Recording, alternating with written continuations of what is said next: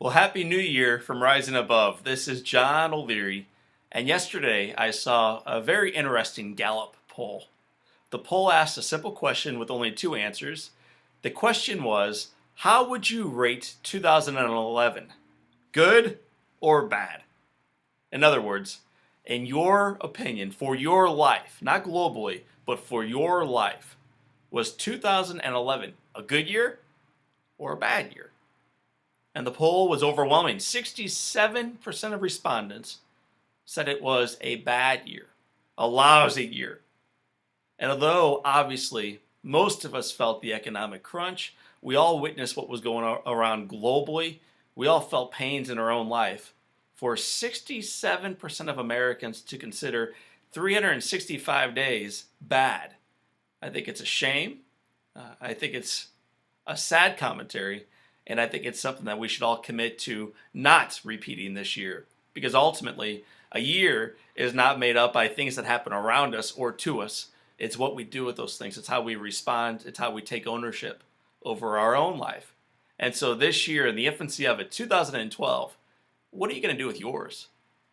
If you are interested in setting goals around it, let me help you out with that right now. I'd like to share with you a 4-step goal setting process that I use in my life. It's changed the way I go about my journey, and I think it will do the same for you. It will ensure you that at the end of this year, you can respond to that question that you've had a fabulous year. So here's what I suggest you do.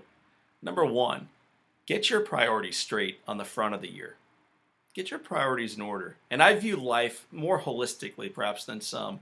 I think there are 6 components that we all have in our life.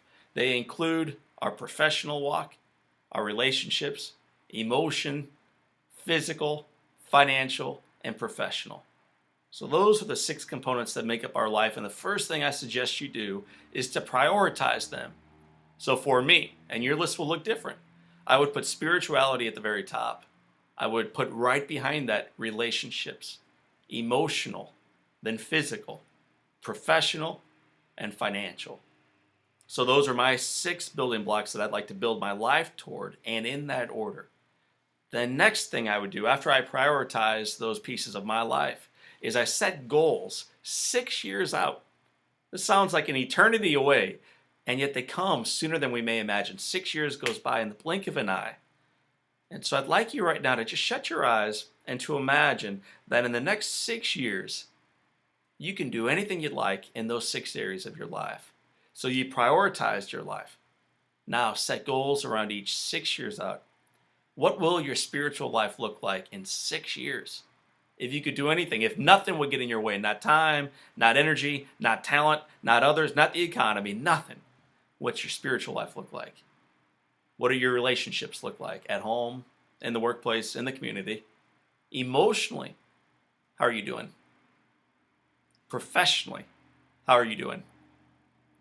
Financially, how's it going there? And physically, 6 years out, how are you doing physically? Are you overwhelmed and beat down and exhausted and overweight? Or are you vibrant and fit and looking forward to each day as it comes your way? We make that choice today.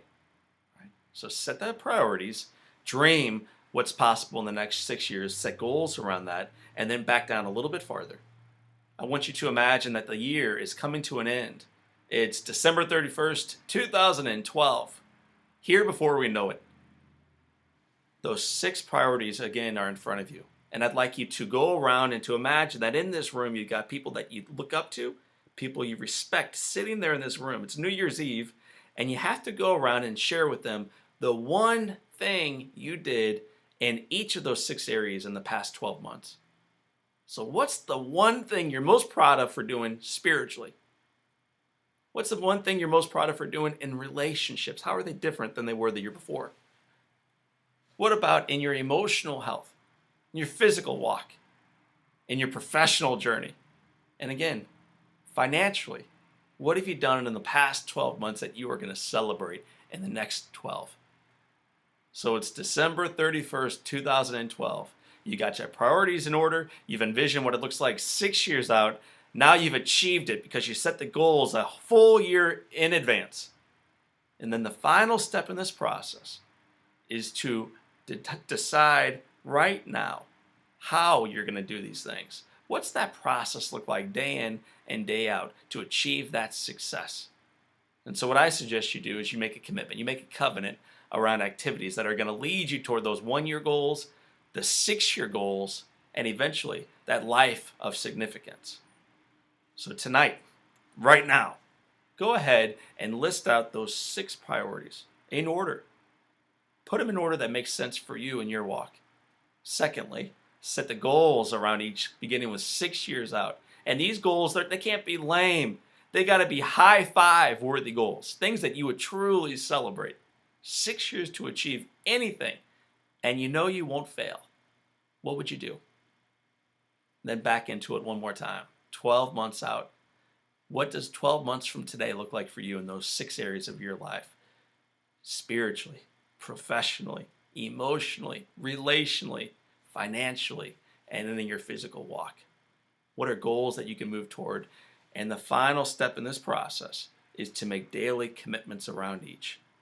So, for instance, spirituality is my number one commitment. What that means for me is I spend 15 minutes in the morning in prayer. I am active in prayer, meditation, reflection, and journaling throughout the day. I keep journals, little prayer journals for each of my kids.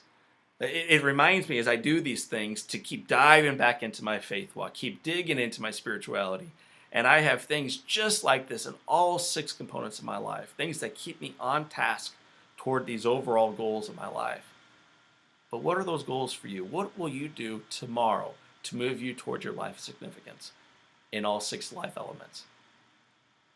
Final step. This is kind of like the extra credit. If you really want to achieve these goals, the goals you desire, the goals you'll stretch toward, don't do it on your own. Invite somebody to go with you. Tonight, my wife and I are going to have dinner before we hit a New Year's Eve party. At dinner, we're going to discuss what our priorities are for the year, what our 6-year vision is as an individual and as a couple. We're going to set goals around that 6-year vision. We're going to set goals 12 months out.